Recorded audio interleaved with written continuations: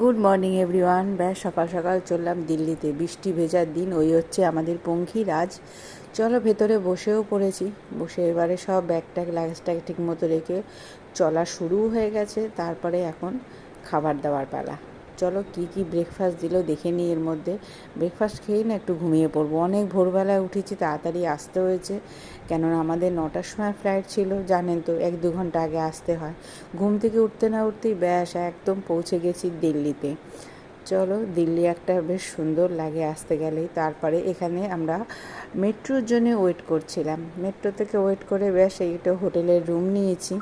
হোটেলের রুম নিয়ে একটু রেস্ট নিয়েই তারপরে বেরিয়ে পড়েছি, কেননা কালকে তো ছেলের মেডিকেল আছে, তাই টুকটাক কেনাকাটা আজকেই করব।